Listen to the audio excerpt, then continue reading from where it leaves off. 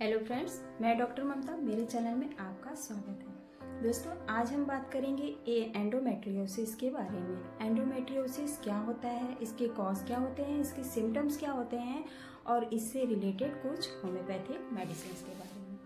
तो चलिए दोस्तों, आगे चलते हैं अपने टॉपिक की तरफ। इससे पहले एक रिक्वेस्ट है, अगर आप मेरे चैनल को फर्स्ट टाइम देख रहे हैं या अब तक मेरे चैनल को सब्सक्राइब नहीं किए हैं तो प्लीज़ मेरे चैनल को सब्सक्राइब करिए, लाइक करिए और अपने फ्रेंड्स और फैमिली के साथ अधिक से अधिक शेयर करिए। एंडोमेट्रियोसिस क्या होता है, इसके बारे में जानने से पहले मैं आपको जानकारी दूंगी कि एंडोमेट्रियोसिस में एंडोमेट्रियम क्या होता है। तो ये हमारी मासिक धर्म यानी महिलाओं की मासिक धर्म से रिलेटेड एक डिजीज़ होती है जो 10 में से 1 महिला में देखने के लिए आपको मिलेगी। और ये महिलाओं में लंबे टाइम तक, मतलब करीब करीब जब तक महिला मासिक धर्म होती रहती है, यानी कि उनको पीरियड्स चलता रहता है, तब तक उनके शरीर में बने रहता है। और मेनोपॉज की स्टेज यानी कि मासिक धर्म खत्म होने की स्टेज तक ये प्रॉब्लम उनके में देखने के लिए आपको मिल सकती है। तो इस स्टेज का जितने जल्दी आप डायग्नोसिस करा लेंगे और जितने जल्दी आप ट्रीटमेंट ले लेंगे उतनी जल्दी आपको इस बीमारी से राहत मिलेगी। इस बीमारी की वजह से और भी बहुत सारी कॉम्प्लिकेशंस बॉडी में देखने के लिए मिलती हैं जिससे महिलाएं सफ़र कर सकती हैं। तो मेरी आपसे सलाह है कि सही टाइम पे आप अपनी प्रॉब्लम का डायग्नोसिस करा के सही टाइम पे ट्रीटमेंट लें। कुछ दूसरी पैथीज में अगर जाएंगे तो वो लास्ट सर्जरी का ऑप्शन देते हैं, बट होम्योपैथी में बहुत ही कारगर मेडिसिन्स होती हैं एंडोमेट्रियोसिस के लिए, जिसको आप प्रॉपर प्रिकॉशनली और पेशेंस रख करके अगर कंटिन्यू करेंगे डॉक्टर के एडवाइस पे तो आपकी प्रॉब्लम ज़रूर सॉल्व हो जाती है। एंडोमेट्रियोसिस एक एबनॉर्मल कंडीशन होता है जो महिलाओं के यूट्रस में एक एंडोमेट्रियम, इनर लेयर में एक एंडोमेट्रियम लेयर बनती है जो हर महीने 28 से 30 से 32 दिन में वो लेयर आपकी हार्मोन इन्फ्लुएंस के अंदर थिक क्लॉटेड होकर के ब्लड के रूप में आपके वेजाइना के थ्रू शरीर से बाहर निकल जाता है। ये एक नॉर्मल प्रोसेस होता है जिसे हम कहते हैं कि हमारी बॉडी से वेस्ट मटेरियल बाहर निकल गया। बट जब यही एंडोमेट्रियल सेल्स आपके फैलोपियन ट्यूब के थ्रू आपकी बॉडी के अंदरूनी दूसरे हिस्सों में जाकर के चिपकने लग जाता है, जमा होने लग जाता है या फिर वहाँ पर पैचेस छोड़ने लग जाता है, तो उस कंडीशन को हम एंडोमेट्रियोसिस कहते हैं। कुछ कंडीशंस में जब महिलाएं मासिक धर्म होती हैं तब ये जब हमारा उल्टा दिशा में जाता है यानी कि रिट्रेट फेज में जाता है फैलोपियन ट्यूब के थ्रू, तो जब ये जिन ऑर्गन्स में जाकर के पैचेस बनाता है उन ऑर्गन्स को ये बहुत ही डैमेज करता है। यानी कि जैसे अगर इंटेस्टाइन हो गया, फैलोपियन ट्यूब हो गया, कई बारी आपका यूरिनरी जो ब्लडर होता है, यहाँ पर आपका पेशाब इकट्ठा होता है, उस जगह पर भी ये पैचेस छोड़ देता है जिसकी वजह से आपके यूरिन में ब्लड आने लग जाता है। कुछ केसेस में आपको मल त्यागने में यानी कि मोशन में भी दिक्कत होती है। पाइल्स, हेमोरॉइड जैसी भी प्रॉब्लम क्रिएट हो जाती है। एंडोमेट्रियोसिस के केस में अगर आपके अगर आपके ओवरीज में ये जो ब्लड के पैचेस होते हैं या ब्लड जो होता है ये म्यूकस टिश्यू और बहुत सारे सेल्स से मिलकर के बना होता है, तो ये जाकर के जब आपके ओवरीज में जाकर के एक बॉल नुमा गोल जाकर के वहाँ इकट्ठा होने लग जाता है तो ये सिस्ट का रूप ले लेता है जिसे हम चॉकलेट सिस्ट कहते हैं। और जब हमारे ओवरीज में बहुत सारे एग्स बनते हैं तो ये उन एग्स को ख़त्म करने लग जाता है, नष्ट करने लग जाता है, जिसके कारण हम महिलाएं प्रेग्नेंट नहीं हो पाती, यानी कि फर्टिलिटी में दिक्कत होती है और प्रेगनेंसी कंसीव नहीं होती। जो महिलाएं अगर आफ्टर मैरिज इंटरकोर्स या संभोग में उन्हें परेशानी महसूस होती है, दर्द महसूस होता है, तो इस कंडीशन में भी आपको एंडोमेट्रियोसिस की दिक्कत हो सकती है। तो ये आपको डायग्नोसिस से ही पता लगेगा कि आप आपको प्रॉब्लम कहाँ हो रही है। जब आपको इंटरकोर्स और संभोग में दिक्कत होगी तो आपको प्रेगनेंसी उस समय कंसीव होने के कोई चांसेस ही नहीं है कि आपको प्रेगनेंसी कंसीव होगी।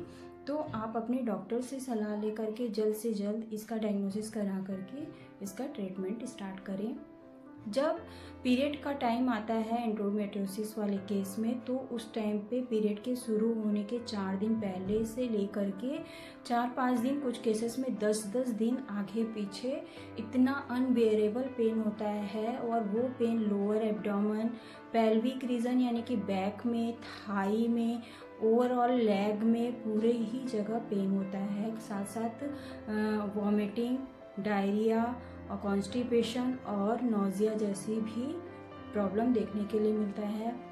घबराहट बहुत महसूस होती है, वीकनेस होती है, चक्कर आने तक की भी कंडीशन होती है। कुछ महिलाएं बेहोश होकर के गिर भी जाती हैं। तो ये सारे इनमें सिम्टम्स देखने के लिए मिलते हैं। कॉज क्या होते हैं एंडोमेट्रियोसिस होने के? तो आपकी लाइफस्टाइल कैसी है। लाइफस्टाइल यानी कि आपका जो रूटीन है, दिनचर्या है, सोने का, उठने का, बैठने का, मूवमेंट करने का, प्लस अगर आपका कोई सिटिंग पोजीशन है बहुत ज़्यादा लंबे टाइम तक का, और साथ ही साथ अगर आप किसी स्ट्रेस टेंशन में हैं, तो ये एंडोमेट्रियोसिस होने का कारण हो सकता है। हार्मोन इम्बैलेंस, हार्मोन्स का इम्बैलेंस सबसे मेन कॉज माना जाता है। अगर आपका पीरियड का जो साइकिल है वो इरेगुलर है, आपकी जो लाइफस्टाइल के साथ में आपका हार्मोन्स भी इम्बैलेंस होता है, ये बहुत ही अफेक्ट करता है आपको एंडोमेट्रियोसिस होने के लिए, ये कारगर होता है।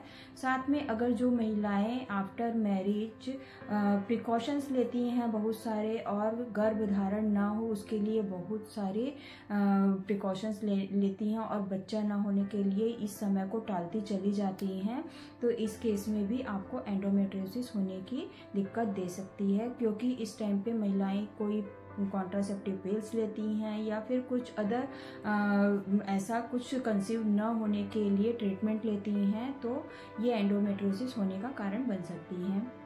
कुछ महिलाओं में अगर बच्चे नहीं हो रहे हैं, लंबे टाइम तक वो कोशिश कर रही हैं लेकिन बच्चे उन्हें नहीं हो पा रहे हैं, उसके लिए भी अगर वो ट्रीटमेंट लेती हैं, कुछ इस टाइप की मेडिकेशंस उनकी चली रहती है, कुछ इंजेक्शन इंजेक्ट किए जाते हैं जो उनके हार्मोन्स को बैलेंस में ला सके और साथ में उन्हें बेबी कंसीव हो जाए, तो इसका साइड इफ़ेक्ट आने वाले लंबे टाइम के बाद में उन्हें देखने को मिलता है।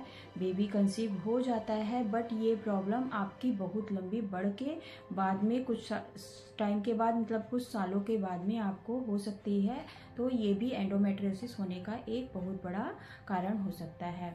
मोटापा, ओबेस, जो महिलाएं बहुत ज़्यादा मोटी होती हैं उनमें भी एंडोमेट्रियोसिस की दिक्कत आपको देखने के लिए मिल सकती हैं।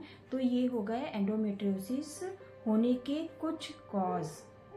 अगर आप होम्योपैथिक ट्रीटमेंट लेना चाहते हैं तो होम्योपैथिक में बहुत ही कारगर मेडिसिन्स होती हैं जो आपको इन सारे प्रॉब्लम्स से निजात दिलाएगी। तो कुछ मेडिसिन्स जो मैं आपसे बताऊंगी। पहली मेडिसिन है पॉलीक्विनोन 30, पॉलीक्विनोन 30 और ओफोरिनम 30। ये दोनों मेडिसिन आप 30 पोटेंसी में लीजिए।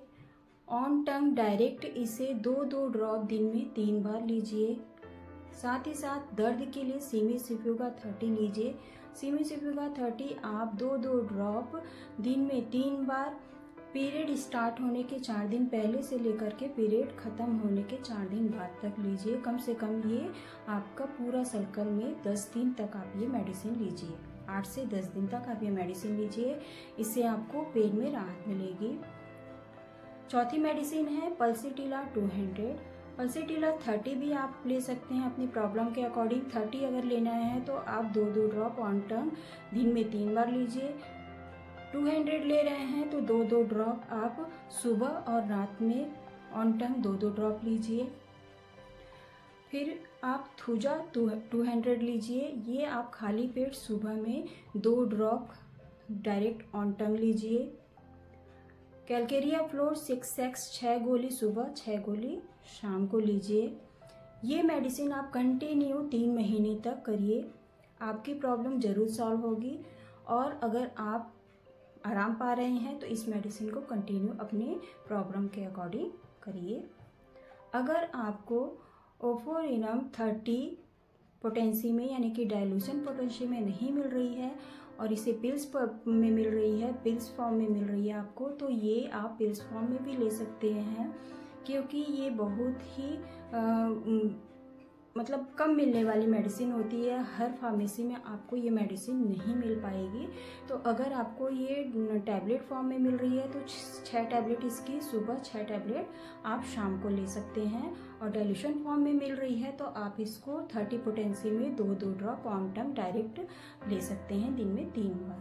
तो ये हो गई आपकी होम्योपैथिक की मेडिसिन्स जो आपको एंडोमेट्रियोसिस डिजीज से निजात दिलाएगी। दोस्तों, ये इन्फॉर्मेशन आपको अच्छी लगी हो तो मुझे ज़रूर कमेंट करके बताइएगा। इसी तरह की अच्छी इन्फॉर्मेशन के साथ मैं फिर मिलूँगी। Thank you.